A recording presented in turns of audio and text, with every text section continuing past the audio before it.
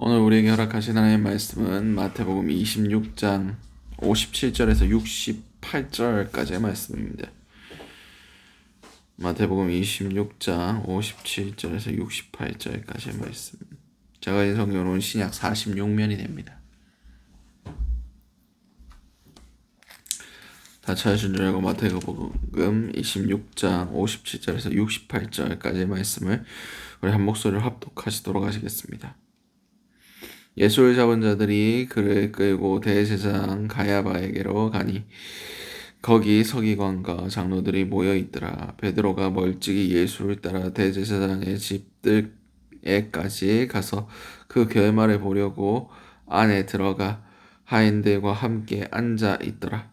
대제사장들과 온 공회가 예수를 죽이려고 그를 칠 거짓 증거를 찾으매 거짓 증인들이 많이 왔으나 얻지 못하더니 후에 두 사람이 와서 이르되 이 사람의 말이 내가 하나님의 성전을 헐고 4일 동안 지을 수 있다 하더라 하니 대제사장이 일어서서 예수께 묻되 아무 대답도 없느냐? 이 사람들이 너를 치는 증거가 어떠하냐 하되 예수께서 침묵하시거늘 대제사장이 이르되 너는 내가 너로 살아계신 하나님께 맹세하게 하노니 내가 하나님의 아들 그리스도인지 우리에게 말하라. 예수께서 이르시되 내가 말하였느니라. 그러나 내가 너희에게 이르노니 이후에 인자가 권능의 우편에 앉아 있는 것과 하늘 구름을 타고 오는 것을 너희가 보리라 하시니 이에 대제사장이 자기 옷을 찢으며 이르되 그가 신성모독하는 말을 하였으니 어찌 더 증인을 요구하리요. 보라, 너희가 지금 이 신성모독하는 말을 들었도다.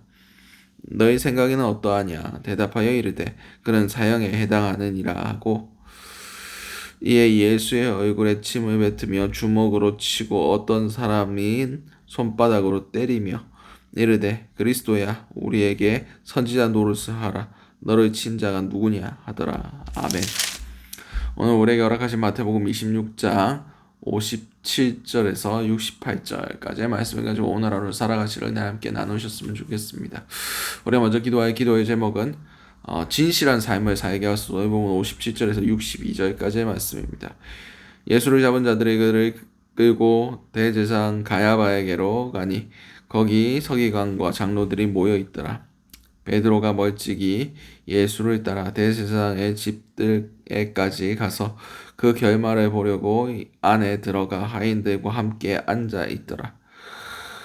대제사장들과 온 공회가 예수를 죽이려고 그를 칠 거짓 증거를 찾으매 그 거짓 증인들이 많이 왔으나 얻지 못하더니 후에 두 사람이 와서 이르되 이 사람의 말이 내가 하나님의 성전을 헐고 4일 동안 지을 수 있다 하더라 하니 대제사장이 일어나 예수께 묻되 아무 대답도 없느냐?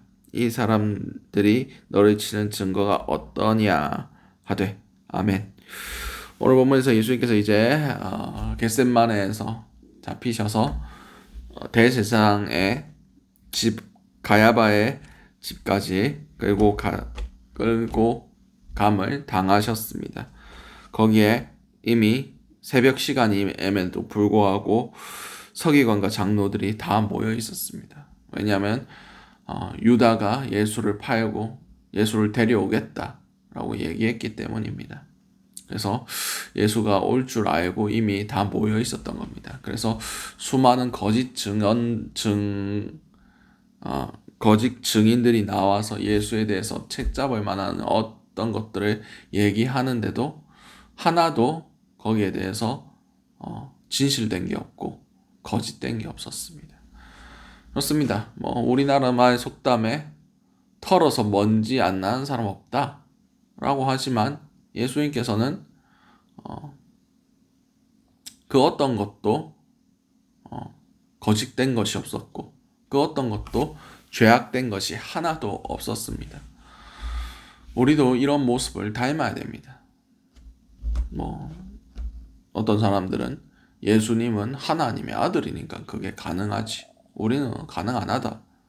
뭐 그렇게 얘기하실 수도 있겠지만 다니엘도 그렇게 살았어요. 다니엘도 총리가 되고 그 나라의 모든 실세와 권력을 가지고 있음에도 불구하고 그를 시기하는 무리들이 그를 어떻게든 찍어내리려고 어떻게든 그 자리에서 끌어내리려고 했는데 뒷조사를 하고 뭐 그의 모든 행적과 모든 것들을 다 살펴봤는데 그가 믿는 하나님에 대한 거 말고는 책 잡을 만한 게 하나도 없었다 라고 기록되어 있습니다. 그래서 금신상은 자기 외에 다른 신에게 절하지 말라 하는 그런 법령을 내려서 다리오 왕에게 다니엘을 잡도록 한 겁니다. 그렇습니다. 우리는 우리의 삶 가운데서 진실되게 살아가야 됩니다. 털어서 먼지 안 나올 사람이 없다라고 얘기하지만 우리는 털어서 먼지 안 나와야 돼요. 이 세상 가운데 왜 우리가 기독교가 지탄받습니까? 세상에서도 안 할 짓을 하고 있기 때문입니다. 우선 우리가 도덕적으로 완전해야 됩니다. 우리가 신앙을 가진다는 것은 그냥 하나를 더 얻는 게 아니에요. 완전히 새로운 삶을 살아가는 겁니다. 완전히 새로운 방식으로 세상 가운데서도 진실되게 거짓 없이 그렇게 살아가야 됩니다. 우린 도덕적으로 완전해야 됩니다. 왜냐하면 우리가 예수 그리스도의 향기이고 예수 그리스도의 편지이기 때문입니다. 세상은 우리를 통해서 예수 그리스도를 봅니다. 예수께서 그렇게 사셨듯이 우리도 그렇게 사는 삶을 보여줘야 우리가 진짜 예수를 증거하고 있는 겁니다. 우리를 통해서 예수가 오해되지 않기를 원합니다. 우리의 모습이 곧 예수 그리스도의 삶을 닮아 있어야 비로소 우리가 예수를 증거할 수 있는 겁니다. 오늘 하루 살아가실 때 정말 거짓 없이 모든 사람들 앞에 진실될 수 있는 저와 여러분들 될 수 있으시기 바랍니다.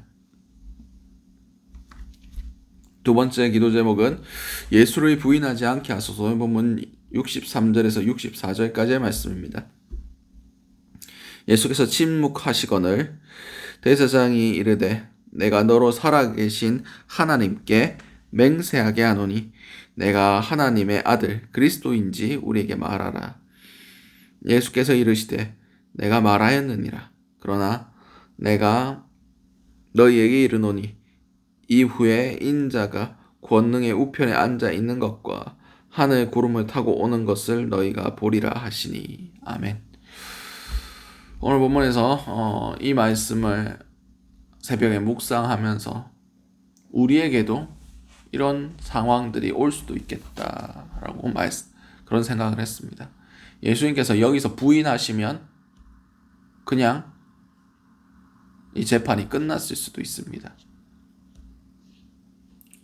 난 그리스도가 아니다. 난 하나님의 아들이 아니다. 라고 얘기했으면 예수님은 십자가에 못 박힐 이유가 없는 겁니다. 근데 예수님께서는 내가 이 고백을 하면 어떻게 될 줄 알고 있으시면서도 스스로를 부인하지 않으셨습니다. 우리도 환난의 때, 고난의 때에 믿음 때문에 이런 고난을 받을 수가 있습니다. 내가 예수를 믿느냐? 예수가 하나님의 아들이냐? 예수가 구원자냐? 우리에게 물을 때 우리가 거기서 부인하고 도망가면 목숨은 살 수 있겠지만 예수님께서 분명히 말씀하셨습니다. 나와 내 복음을 부끄러워하면 예수님께서 다시 오실 때 천군 천사들과 그 모든 것들 위에 앞에서 우리를 부끄러워하리라. 그를 부끄러워하리라. 다시 말해서 우리가 끝까지 예수 그리스도를 부인하지 아니하고 예수를 위해서 담대히 고난을 받는 것을 택한다면 하나님의 심판대 앞에서 결코 주께서는 우리를 부인하지 않으시고 우리를 끝까지 하나님의 자녀라, 의인이라 칭해 주실 거란 겁니다. 우리가 어떠한 상황 가운데서도 예수를 택할 수 있는 그런 믿음과 준비, 예수 때문에 고난을 당할 수 있는 그런 준비가 되어 있으시길 바랍니다. 그 준비가 우리를 살릴 것이고 우리를 구원할 겁니다. 그 믿음이 우리를 구원할 겁니다. 오늘 하루를 살아가실 때 정말 지금 북한에서 일어나는 내가 예수쟁이냐, 내가 예수 믿느냐 라고 물을 때에 내가 예수를 믿습니다, 내가 예수를 부인하지 않습니다 라고 대답할 수 있는 저 여러분들이 될 수 있으시기 바랍니다. 마지막 기도 제목은 자신의 기준으로 판단하는 죄를 범하지 않게 하소서. 오늘 본문 65절에서 68절까지의 말씀입니다. 이에 대제사장이 자기 옷을 찢으며 이르되 그가 신성모독하는 말을 하였으니 어찌 더 증인을 요구하리요. 보라 너희가 지금 이 신성모독하는 말을 들었도다. 너희 생각에는 어떠하냐. 대답하여 이르되 그는 사형에 해당하니라 하고 예수의 얼굴에 침을 뱉으며 주먹으로 치고 어떤 사람은 손바닥으로 때리며 이르되 그리스도야 우리에게 선지자 노릇을 하라. 너를 친 자가 누구냐 하더라. 아멘. 예수님은 한 번도 거짓을 얘기하지 않으셨습니다. 그분이 곧 하나님의 아들이셨고 그리스도이셨고 이 땅에 심판의 주로 오실 그분이란 것, 재림의 주로 오실 심판자이시란 것을 담대히 말했습니다. 근데 지금 대제사장이 뭐하고 있습니까? 옷을 찢으면서 신성모독하는 말을 들었다. 하나님이 자기가 하나님이라고 얘기하는데 하나님을 모독했다고 지금 얘기하고 있는 겁니다. 자신의 기준, 자신의 판단으로 지금 하나님 앞에 죄짓고 있는 거예요. 그렇습니다. 우리도 이런 것들을 조심해야 됩니다. 내 기준, 내 판단으로 사람들을 판단하고 정죄하고 비판하는 것들 하나님이 원하지 않으십니다. 하나님이 기뻐하지 않으세요. 우리는 판단은 하나님이 하십니다. 우리는 순종할 뿐입니다. 우리가 다른 사람들을 판단하고 정죄하는 것은 우리가 하나님의 자리에 앉아서 사람들에게 이래라 저래라 손가락질하고 하나님을 그 자리에서 끌어내리고 우리가 그 자리에 앉는 행위입니다. 오직 판단은 하나님께만 있습니다. 하루를 살아가실 때 내 도덕적 기준, 내 신앙적 기준, 그것이 절대적인 것이 아니란 것을 깨달아 하셨으면 좋겠습니다. 그래서 내 생각에는, 내 기준에는 이런 것이 아니라 하나님의 뜻을 구하고 하나님이 원하시는 바를 기도하며 정말 겸손한 자의 위치에서 순종을 하는 자의 위치에 서 있으므로 주님의 뜻을 이룰 수 있는 저 여러분들 될 수 있으시기 바랍니다.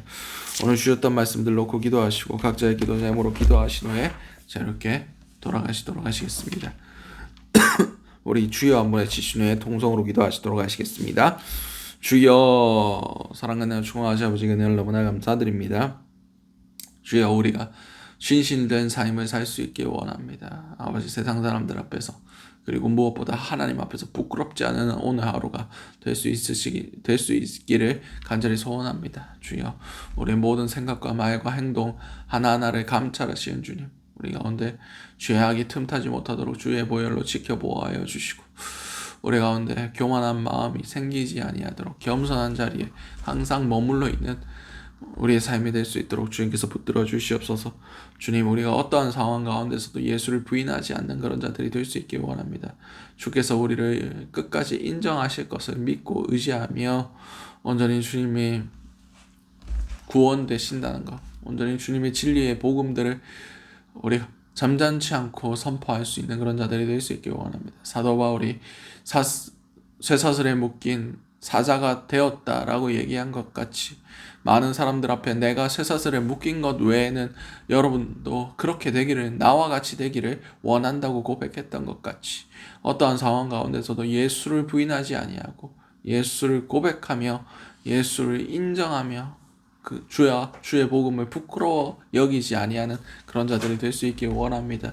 온전히 주님의 사랑 안에 거하게 하시고 온전히 주님의 뜻이 오늘 하루의 삶을 통해서 이 땅 가운데에서 이루어질 수 있게 도와주시옵소서.